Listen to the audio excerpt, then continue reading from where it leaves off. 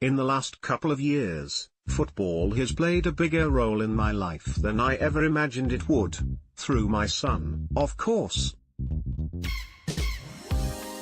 My attempts to get him into street dance, sumo wrestling, Satan worshipping, anything but football, didn't work. So every Sunday, rain or shine, I stand with all the other parents, watching a group of little lads running around kicking a ball, trying hard not to go on Twitter, Facebook, Instagram or the Screwfx website. I cheer them on even though I'm never sure what's going on in the game or which goal is whose. I get told off for cheering when their opponents score a goal. I can't always tell the kids apart. They move so fast. Besides, if a kid does well, I cheer, whoever he is. The competitive streak bypassed me in sport. Some parents conform to the stereotype of the Sunday league parent who treats each game like it's the FA Cup final, barking orders from the sidelines, "Go on, aubergine," or "Mark him, macadamia nut, mark him." I have changed names slightly. Their confused kid ends up being more distracted than spurred on by their parents shrieking. My son's team went from regularly being beaten 18-0 when they first started playing to winning the final in our local league. Watching them learn to be a team and work together despite whatever personality clashes they might have has almost been worth all the freezing Sunday mornings. So it's with renewed enthusiasm that I welcome the World Cup month into my life. It's often been a chore. I remember being in a pub when Spain beat England during one World Cup tournament. Back then I had masses of long, dark curly hair and yes, after 15 pints and a broken heart, I suppose did look a little Spanish. I got a fair bit of slurred abuse as I went about my own business of getting plastered. I consider myself English and Iranian these days, and only on a very good hair day do I consider myself Spanish too. So this year I have two teams to support, England, and Iran's team Melli. I very briefly dangled an England flag out of our window this morning but had to hoist it back as my cat crawled its way down it. It was the most undignified, unpatriotic use of a flag ever.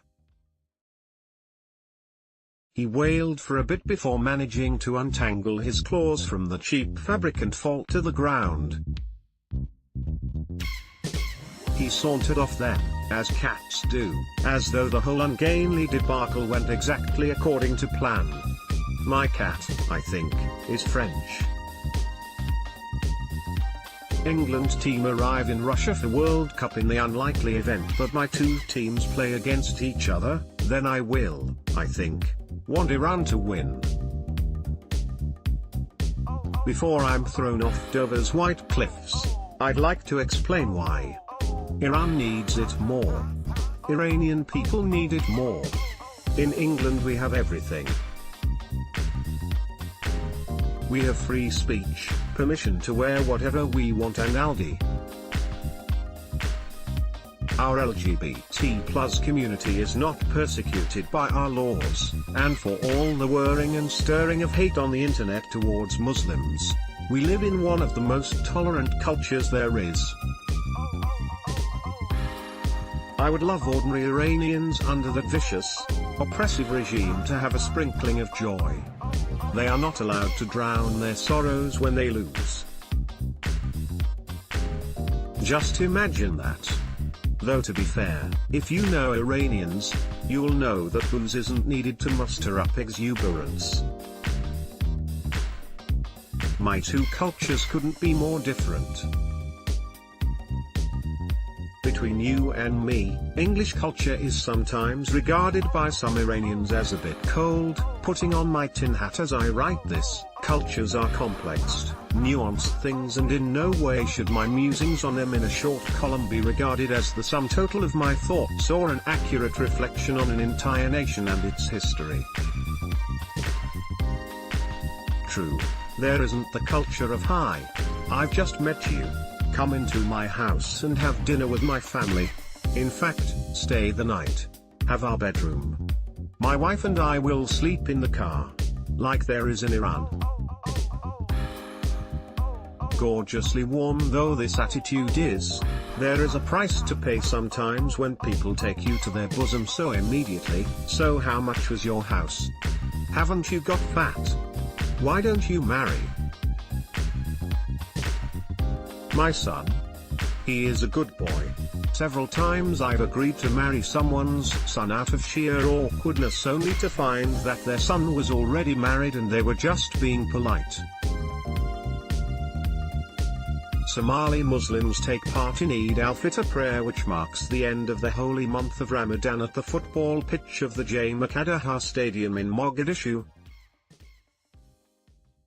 Artists perform during the opening ceremony of the 2018 World Cup in Russia ahead of the Group A match between Russia and Saudi Arabia at Luzhniki Stadium in Moscow. Pope Francis arrives to lead the Wednesday general audience in St. Peter's Square at the Vatican. US President Donald Trump shakes hands with North Korean leader Kim Jong-un during their historic meeting at the Capella Hotel on Sentosa Island in Singapore. US President Donald Trump looking at a cake being brought for him during a working lunch with Singapore's Prime Minister Lee Hsien Loong during his visit to the Astana, the official residence of the Prime Minister, in Singapore. Kim Jong-un and Donald Trump will meet on June 12 for an unprecedented summit, with the US President calling it a one-time shot at peace. Muharrem Ince, presidential candidate of Turkey's main opposition Republican People's Party (CHP), delivers a speech from the roof of a bus during a campaign meeting in Istanbul. French President Emmanuel Macron, German Chancellor Angela Merkel and Japan's Prime Minister Shinzo Abe speaking to US President Donald Trump during the second day of the G7 meeting in Charlevoix, Canada. Looking on is US National Security Advisor John Bolton. Former South African President Jacob Zuma sings and dances on stage after delivering a speech during a rally in his support outside the High Court, in Durban. Russian President Vladimir Putin listens to a question during his annual call-in show in Moscow. Putin hosts call-in shows every year, which typically provide a platform for ordinary Russians to appeal to the president on issues ranging from foreign policy to housing and utilities. Protesters wave flags and shout slogans during a demonstration against the use of the term Macedonia in any solution to a dispute between Athens and Skopje over the former Yugoslav Republic's name, in the northern town of Pella, Greece. Police officers salute as the caskets of policewomen Soraya Belkacemi, 44, and Lucille Garcia, 54, arrived during their funeral in Liege. The two officers, and one bystander were killed in Liege on Tuesday by a gunman. Police later killed the attacker, and other officers were wounded in the shooting. A rescue worker carries a child covered with ash after a volcano erupted violently in El Rodeo, Guatemala. Volcán de Fuego, whose name means volcano of fire, spewed an 8 kilometers, 5-mile, stream of red-hot lava and belched a thick plume of black smoke and ash that rained onto the capital and other regions. Dozens were killed across 3 villages. A recycler drags a huge bag of paper sorted for recycling past a heap of non-recyclable material at Richmond Sanitary Landfill site in the industrial city of Bulawayo. Plastic waste remains a challenging waste management issue due to its non-biodegradable nature. If not managed properly, plastic ends up as litter, polluting waterways, wetlands and storm drains, causing flash flooding around Zimbabwe's cities and towns. Urban and rural areas are fighting the continuous battle against the scourge of plastic litter. On June 5, 2018, the United Nations marked the World Environment Day, which plastic pollution is the main theme this year. Palestinian mourners carry the body of 21-year-old medical volunteer Azan al-Najjar during her funeral after she was shot dead by Israeli soldiers near the Gaza border fence on June 1, in another day of protests and violence. She was shot near Khan Yunis in the south of the territory, Health Ministry spokesman Ashraf Al-Qura said, bringing the toll of Gazans killed by Israeli fire since the end of March to 123. Spain's new Prime Minister Pedro Sánchez poses after a vote on a no-confidence motion at the Spanish Parliament in Madrid. Spain's parliament ousted Prime Minister Mariano Rajoy in a no-confidence vote sparked by fury over his party's corruption woes, with his socialist arch-rival Pedro Sánchez automatically taking over. Zinedine Zidane looks on after a press conference to announce his resignation as manager from Real Madrid. He confirmed he was leaving the Spanish Giants, just days after winning the Champions League for the third year in a row. A worker cleans up the millennial migrants' makeshift camp along the Canal de Saint-Denis near Porte de la Villette, northern Paris, following its evacuation on May 30.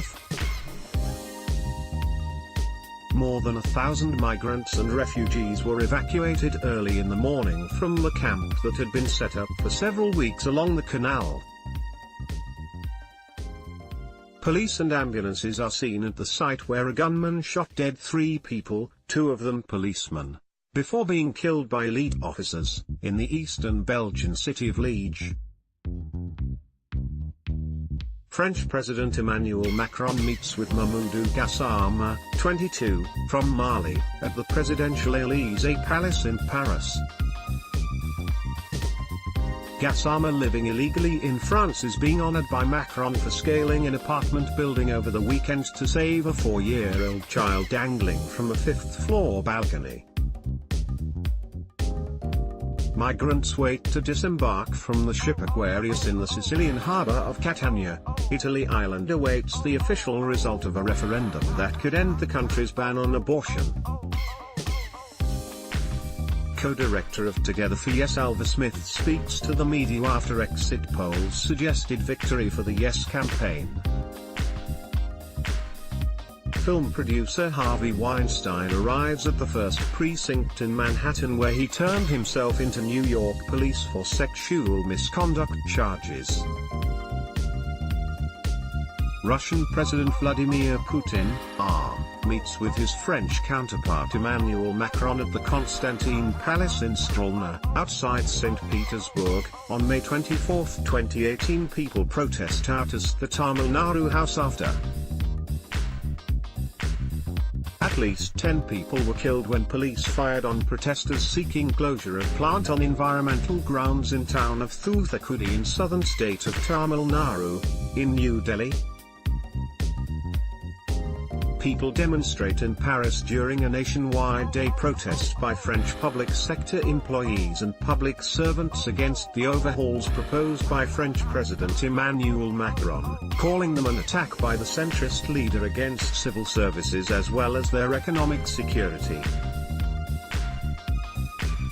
Newly appointed Catalan President Quim Torra arrives to visit jailed Catalan separatist politicians at the Extremadura jail near Madrid. Venezuelan President Nicolas Maduro casts his vote during the presidential elections in Caracas. Maduro was seeking a second term in power. Channelized lava emerges on Kilauea volcano's lower reef drift zone on Hawaii. The USGS said on its website that a fast-moving Pahoehoe lava flow that emerged from Fissure 20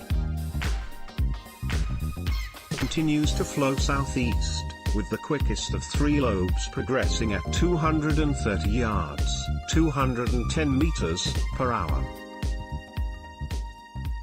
Santa Fe High School student Dakota Schrader is comforted by her mother Susan Davidson following a shooting at the school in Texas. Schrader said her friend was shot in the incident. Multiple people have been killed. French President Emmanuel Macron, British Prime Minister Theresa May and German Chancellor Angela Merkel meeting during the EU Western Balkans Summit in Sofia, Bulgaria. People hold flags with the state coat of arms of Russia as they drive along a bridge, which was constructed to connect the Russian mainland with the Crimean Peninsula across the Kerch Strait. Palestinians run away from tear gas shot at them by Israeli forces during a protest in Ramallah, in the occupied West Bank. A Palestinian demonstrator runs during a protest against the U.S. Embassy move to Jerusalem and ahead of the 70th anniversary of the Nakba at the Israel-Gaza border. A bullet hole on the window of a cafe in Paris, the day after a knifeman killed one man and wounded four other people before being shot dead by police. Germany's Chancellor Angela Merkel looks on after receiving the Lamp of Peace, the Nobel Catholic Award for her work of conciliation for the peaceful cohabitation of peoples at the Basilica Superiore of St. Francis of Assisi in Italy. Police forensics investigate the death of 7 people in a suspected murder-suicide in Australia. 4 children are among 7 people that were found dead at a rural property in Osmington, near Margaret River. Detectives are investigating the incident, which was said to be treated as a murder-suicide, media reported. 2 firearms were found at the scene, Western Australia police said. Missiles rise into the sky as Israeli missiles hit air defense position and other military bases, in Damascus, Syria. The Israeli military on Thursday said it attacked dozens of Iranian targets in neighboring Syria in response to an Iranian rocket barrage on Israeli positions in the Golan Heights, in the most serious military confrontation between the two bitter enemies to date. Iranian MPs burning a US flag in the parliament in Tehran. Iran said it will hold talks with signatories to a nuclear deal after US President Donald Trump's decision to withdraw from the accord, which it branded psychological warfare. President Hassan Rouhani also said Iran could resume uranium enrichment without limit in response to Trump's announcement. Newly elected Prime Minister of Armenia Nikol Pashinyan addresses the crowd in Republic Square in Yerevan. The leader of protests that gripped Armenia for weeks was named the country's new prime minister on Tuesday, overcoming the immediate political turmoil but raising uncertainty about the longer term. Russian President Vladimir Putin walks before his president inauguration ceremony at the Kremlin in Moscow. Lava from a robust fissure eruption on Kilaue's East Rift Zone consumes a home, then threatens another, near Pahoa, Hawaii. The total number of homes lost within the Leilani Estates subdivision thus far is 21. And geologists from the Hawaii Volcanoes Observatory do not expect the eruption to cease anytime soon. A local state of emergency has been declared after Mount Kilauea erupted near residential areas, forcing mandatory evacuation of about 1,700 citizens from their nearby homes. The crater's floor collapsed on the 1st of May and is since then continuing to erode its walls and generating huge explosions of ashes. Several earthquakes have been recorded in the area where the volcanic eruptions continue, including a 6.9 magnitude earthquake which struck the area on the 4th of May. Russian police carrying struggling opposition leader Alexei Navalny at a demonstration against President Vladimir Putin in Moscow. Thousands of demonstrators denouncing Putin's upcoming inauguration into a fourth term gathered in the capital's Pushkin Square. Chinese President Xi Jinping speaks at an event to mark Karl Marx's 200th birthday at the Great Hall of the People in Beijing. President Vladimir Putin meets with FIFA President Gianni Infantino in Sochi, ahead of the 2018 World Cup in Russia. Supporters of opposition lawmaker Nikol Pashinyan protest in Republic Square in Yerevan, Armenia.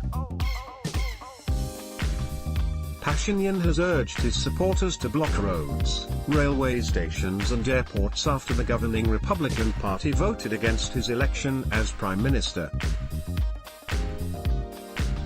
Cubans march during the May Day rally at Revolution Square in Havana. The sky is the limit. A Saudi man and woman fly over the Arabian Sarawak Mountains in the first ever joint wingsuit flight in traditional dress. A symbolic leap of faith towards women's empowerment in Saudi Arabia. A general view for the damaged railway station in Al-Qadam neighborhood, after it was recaptured from Islamic State militants, in the south of Damascus. According to media reports, the Syrian army continued the military offensive it has launched earlier this month against militant groups entrenching in southern Damascus and captured several neighborhoods, including Al-Qadam and Al-Asali, and targeting the remnants of armed groups in Al-Hajar al-Aswad and its surrounding in Damascus' southern countryside.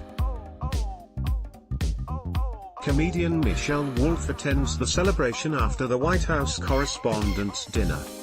Conservatives walked out after Wolf brutally ridiculed President Donald Trump and his aides during her piece. North Korean leader Kim Jong-un and South Korean President Moon Jae-in raised their hands after signing on a joint statement. North Korean leader Kim Jong-un, left, and South Korean President Moon Jae-in raised their hands after signing on a joint statement at the border village of Panmunjom in the demilitarized zone, South Korea. The Korean War will be formally declared over after 65 years, the North and South have said. At a historic summit between leaders Kim Jong-un and Moon Jae-in, the neighboring countries agreed they would work towards peace on the peninsula with a formal end to the conflict set to be announced later this year. The pair agreed to bring the two countries together and establish a peace zone on the contested border. It's impossible for me not to support both teams. It's also impossible not to bring politics into the game. What better time to highlight what matters to you than when the world is watching? Peter Thatcher let nobody down yesterday in Russia with his protest against the abuse of the LGBT+ community there. I don't have the steel he has, but I do have this little corner of the media to express myself. So, I'll say that, much as I feel loyalty to Iran's team Melli and as handsome as I think they are, I can't let go of the fact that if a woman wants to play football in Iran, they make her wear a tent, and if she wants to watch a game in a stadium, she has to disguise herself as a man. Support for women in Iran who are against enforced hijab is eerily quiet on the left in this country. Oh, and they execute gay men there. Enjoy the games.